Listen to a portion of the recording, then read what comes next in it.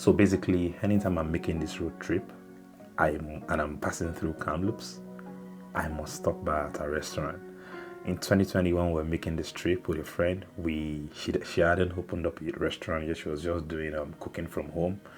I think she was still in school and she didn't have the time then to open up a full-blown restaurant. But the food was so good, that anytime she's coming around, I'm asking her, maybe she's making a trip to Vancouver or something, and she mentions, I'm like, please bring me some food, And at that time, she had always wanted to set up a business, and it's nice to see someone who wants to, who is willing to put the work in, who has a vision, who has a dream, and is willing to work hard to achieve that. So don't let me say too much. Let's hear from the horse's mouth. I'm going to interview her. We want to talk to like the business owner right now. This is like a business. I think you are. When I met her in 2019 or 2020, she was so passionate about like setting up a food business and stuff. And I ate her food and I knew, okay, this this has to be commercialized. Like I literally made a pre-order that I want the jollof rice when I come here. So on our way to Calgary. So we couldn't stay long. So I said when we're coming back, I would ask her questions. So how has it been? How has it been? How has the business been? How has it been setting up? Because after opening. No, even before. Yeah. Before. Where do I start from? It's going to be so long. Just cut it short. I would say it's not been a straight journey at all. It's been crazy. I think I've had to do the most growth in terms of people that I've even thought about when it comes to business. I've had to move career-wise, and also in terms of I've moved. This is my third location since when I started, since 2020. So I started at home. So I was doing it at home. Then I was in school, and so I was doing it at home for 6 months. So I had to stop working at that time. So when I graduated, I had a decision to make. Is either I leave the city or I take this to the next step. So fortunately, just before I moved, I found a space which is not too far from here. I don't know if you noticed there was another Afrofusion logo. Even on Google Map? Yeah. It's just, is the place still there? Yeah, it's right there. Yeah. And it's still running? No, it's not running. Oh, okay. Yeah. No, actually, I have 2 locations right now. Yeah, I know there's one on the campus. But that one was the first one when I left. That's why when you look up on Google, yeah. So don't make the mistake. This one is 326, right? Yeah, 326. Okay. Yeah, that one is in TRE. So, anyway, so I was at that place. I got a location downtown in a food court, and I started there, and things were going really well, and it was really great. And I just started having vision. I don't want to be in a food court. I want to be in a sit-down service area, and so that's what I kept thinking about, how to make that happen.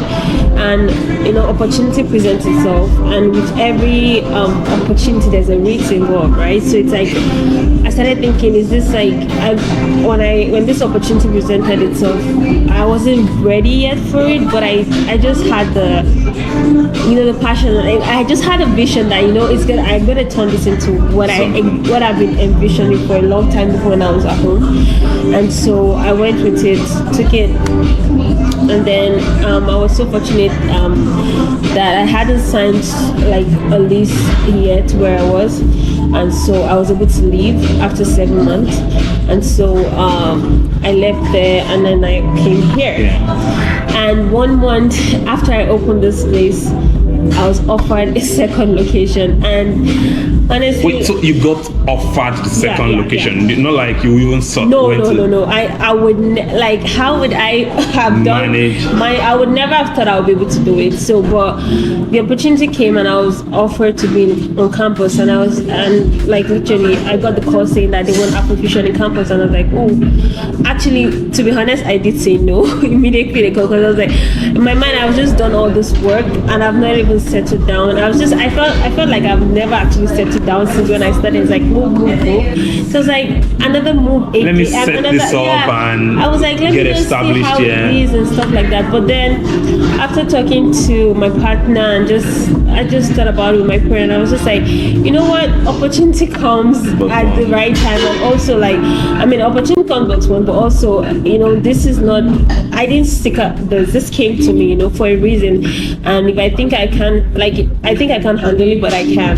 So when I went over what it to take and everything, I saw it wasn't as great of, I mean, as big of a deal like I was thinking about it. It was more almost like a catering, because I was cooking from here and then you got the setup here already, and taking it over there, full-blown kitchen. So I was like, okay, that's something I can manage. And so we started that one too. So it was just like, ever since this started, it's 4 months, it's been back and forth. So it's been crazy. We're coming to winter now, so we're getting a little bit like settled, and now seeing how the flow of things are, and just like a little more calm, less traffic as well. Yeah, less traffic as well, more online than in store because it's getting colder. But it's also like we're also just having that breather now. So it's been a journey so far, like getting here, but I know that like there's still so much I want to do. So much. and you know, like when we came here that day, you remember what you said about this place, about like this setup is beautiful. Yeah. So okay, she told you too. Like when I came in here, like I never, like I don't let me. This is not to like talk down on you. Yeah, I know what you mean. But because we had that conversation, you know, we even went to visit that place. We wanted to get together, and you know, when I came here, I was blown off. So in my mind, I was like, okay, is she sharing this space with someone else? But when I came and I saw like it's all African, Nigerian food, African food. It's beautiful. So with the whole concept and everything, like people come here and be like, did you have someone like an interior decor? And that's something else I like to do, is to like decorate and have like. So you set all this up yourself? Yeah, I set up, like me and my partner, my friends, we put all these things on the wall, everything, the chairs and everything. We set everything up. Also, we didn't have so much fun to. Those are like you know, they are like soundproof, right? Yeah. Oh really? Yeah, they are soundproof. If you want to like budget soundproofing, that's not the conversation. Okay, I just got it. But so like I just had one thing I wanted to do is to have it African, but not anything against African, but it's like I didn't want it to be too African where you don't feel like other people don't feel welcome, you know. It's good to have culture in it, because I call it Afrofusion for a reason. So I wanted it to have the African vibe, but also I want everyone to feel welcome regardless of where you were from. So I was just like putting really like music for sure is African, making it African as you can, a little bit of like, especially the outside. You saw the painting, the logo, just so I know you're coming to an app. It's not like you're like confused about that. You know where you're going, but also you feel really like welcome, somewhere that you can bring your dates or something like that. So, and let me say something.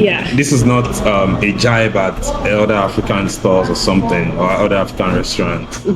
I've been to quite a couple, you know, Vancouver, Surrey, and this is not because I know you or something. Like, this is the most standard I've seen. Because oftentimes, you know, I understand the pressure. It's difficult. It's expensive to set up.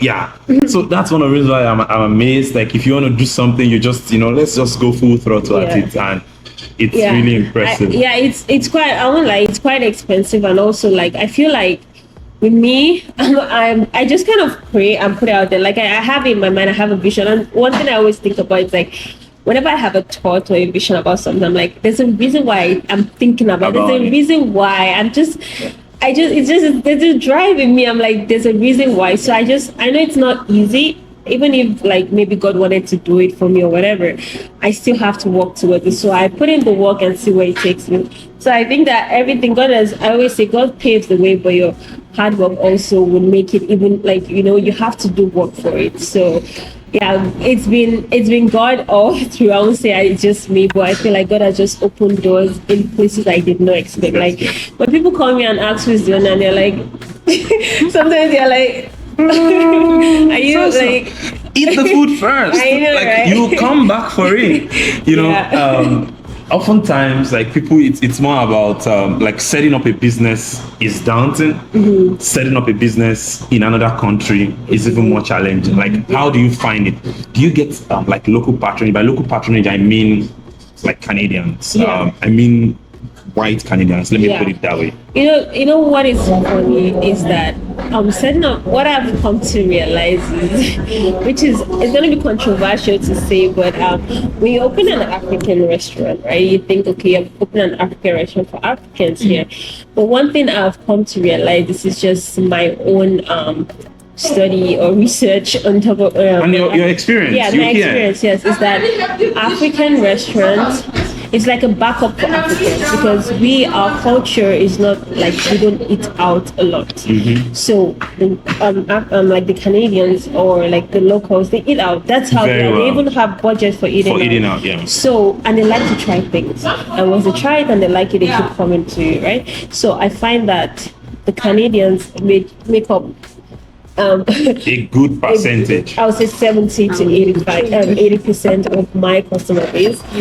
Yeah. Wow. Yes. Like 70 to 80%. Yes. Like, where are all the Nigerians in Kamloops? You guys need to, like, if you're seeing this video, you need to get out here. The thing is that they do, like, I would say, I don't think there's maybe a handful of people that are Nigerians in Kamloops that haven't eaten from here. They do eat, but it's like, it's not an everyday thing. You get what I mean? So, and also another thing I think is, that represents the percentage of those who are here. The bigger percentage are Canadians. Like, yes, exactly. Also, that's true. Also, and like if you're setting up a business or you're running a business, you want still here. Yeah. You also have. Wait, no. Is it just one father? Yeah, was it no, it's two. Oh, make it two or father. I'm going to protest. How can you make it one? Oh, she just made planted. Oh, okay. Because it's not. Mine. I'm going to protest. Oh, wait. No, wait. I want to just show. Like, how can they just look at? Even the presentation is. Listen. Is it plating the college? Sorry, I did not go to. I know. Okay. Bella, please another offer. So you are the one who's my namesake. Nice to meet you. Yes. So like the percentage of Nigerians who are even here in Kamloops and Foster's, and it's just like maybe in the whole of Canada, we are not so much anyway. Exactly. So I think it makes business sense then to, even though you are making it's your food, you are projecting your culture here. Also make it in a way that it's acceptable, so, and I think anybody will feel comfortable sitting down here to eat, really, because of the setup and how. Sure, for sure. And so I was saying another thing is like with businesses, like you want that constant flow of people. So because you don't want like to have a business where people, today they don't want to eat it, and it's not anything bad about your food. It's just how we are. We technically eat when we don't feel like cooking. We eat out. Most of us are cooks, so it's like exactly. It's just like, okay, I don't want to eat out. I mean, I'm guilty of that. Exactly. So even you think about how many times you eat out, right? So it's not really our culture to eat out. So setting up what I've come to realize is setting up a business and suddenly facing the African population. You have to have a lot of Africans. You need to be in Toronto. Exactly. To be able to make it. Or Brampton or Mississauga, somewhere where there's a lot. So that if maybe today 10 people don't come, another 10 people come tomorrow. You get what I mean? So it's like, it makes it flow. So it kind of, I feel like most people don't think about it that way. And so when they set up a business and maybe in 1 year, 2 years they are closed, I feel like that also contributes to the fact that maybe you're tailoring more too much to the African population, which is not a bad population in and of itself. But then like your businesses are business is meant to, it's about profit at the end of the day. Even if it's something you're passionate about, at the end of the day you want to make money from it, you want to profit from it. So if you want to be profitable, you need to like do your business research and make sure like your market is wow. I'm really excited to be seeing this. Seeing you live your dream is it's exciting. And guys, if you're seeing this,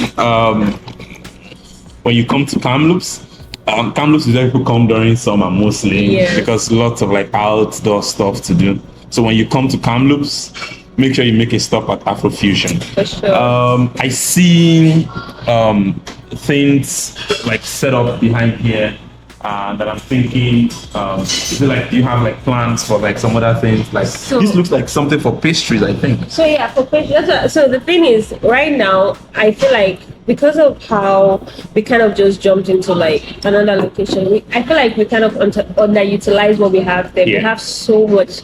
Like I'm gonna put out a video about the back room. So like in terms of ovens and bakery and things that I bake also that we could be doing, but because of it's so hard to like manage. It's not just people, also like staffing and things like that.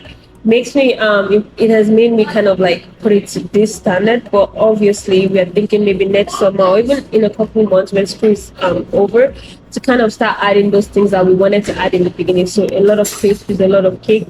I do cake, but it's not been regular. Right now we're even out Do of you bake cake. that yourself Yeah, too? yes. Oh my god. What can you not do when that's food related? We keep learning. Okay, I go to classes. Who makes the wache? I do. Ha! It's over. What have I been saying, Nigerians? Ghanaians who are watching this too, come and eat wache away from home. What? Yeah. That's something I love to eat. If I go, like I visited Ghana like repeatedly, Yeah. like when I was back home because of like debate and stuff. Yeah. And like wache Wache, is yeah. my go-to. Yeah. Like I need, yes. Yeah. Like I eat wache like twice a day. Then there's this fried rice. There's where they do this fried rice in. Don't in talk their about campuses. jollof rice. So if you don't want to buy, start. You guys should come and try the jollof here. That's the jollof that brought me from Vancouver, 4 hours away. You should come. Yeah.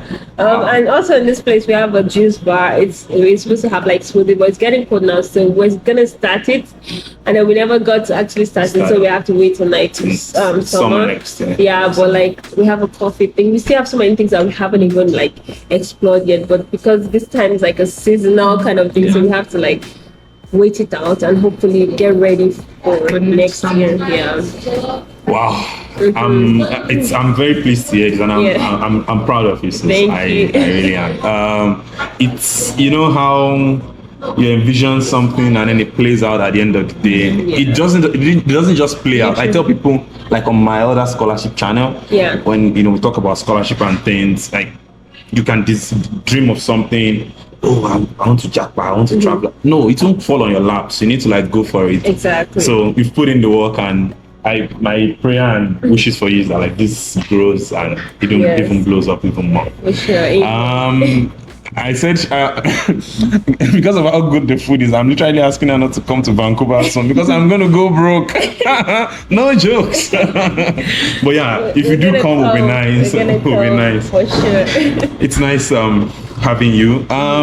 So guys, I think that's Afrofusion for you. I want to dig into the plate now, and that's all I can think of. So so that's it, guys. Do support that business. If you're traveling through Kamloops, going anywhere, going to Kamloops itself, the restaurant is Afrofusion.